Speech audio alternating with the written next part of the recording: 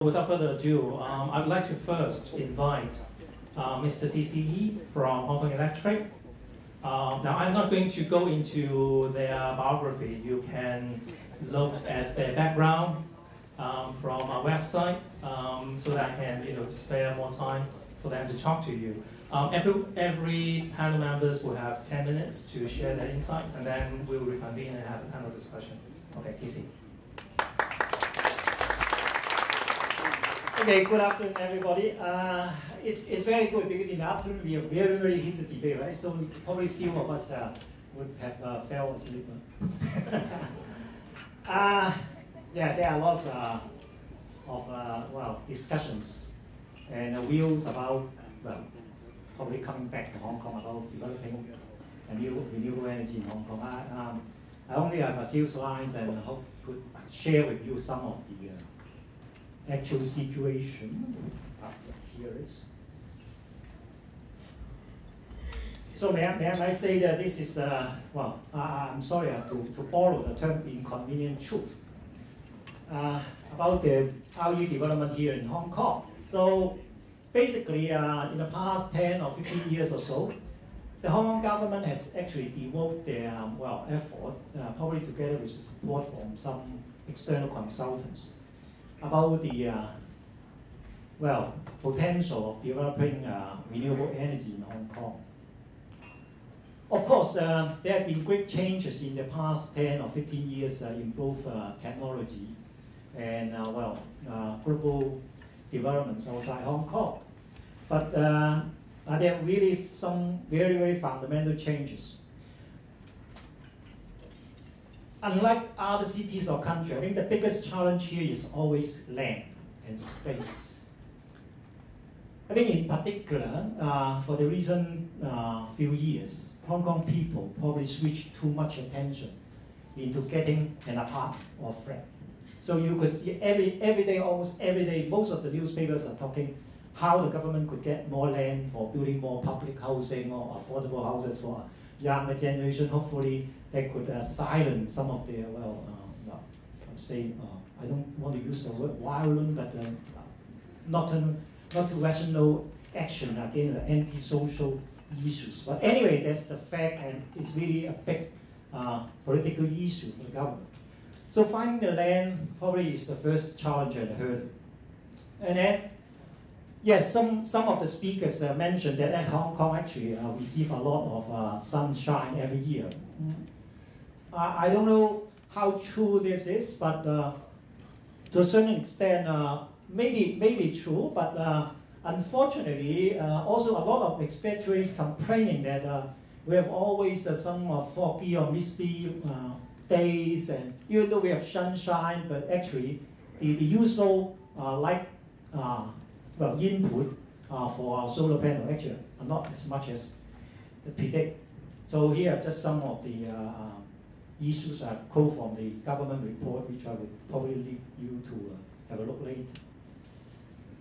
Fortunately, even under so many constraints, Hong Kong Electric has been able to build so far the largest wind and solar systems in Hong Kong.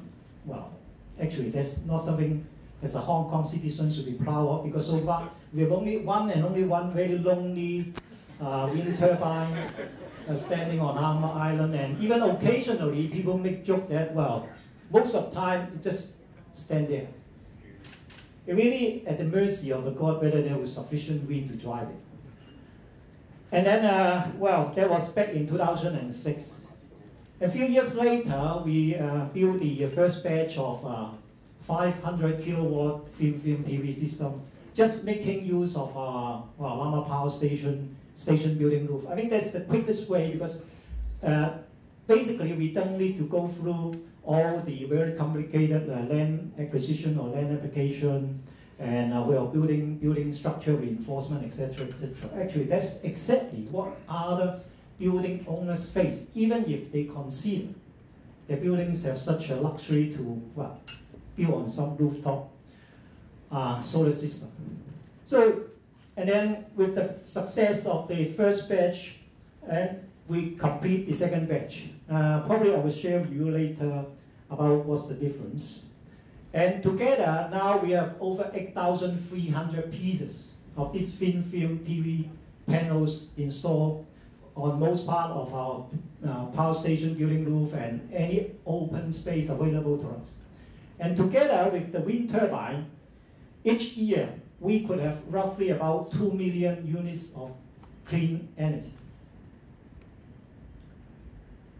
Now, from time to time, people who have no idea probably, suspect whether Hong Kong Electric has blocked the access of small renewable energy to our system. This chart clearly shows what has been going on. Actually, in the past 5 or 6 years, we have not rejected any single application. But you could see in the recent 2 or 3 years, the numbers have been probably getting saturated. We don't know the reason, probably, because probably the most, or the easy tasks or the low-hanging fruits have already been taken by the consumer. So now it will be becoming more and more difficult and challenging, or even economically unattractive for our customers to build their own, PV system and will request a connection to our grid. But anyway, that's the actual situation. So up to now, over 60 customer RE systems have already been connected, and the total installed capacity is close to, 500 watt or something.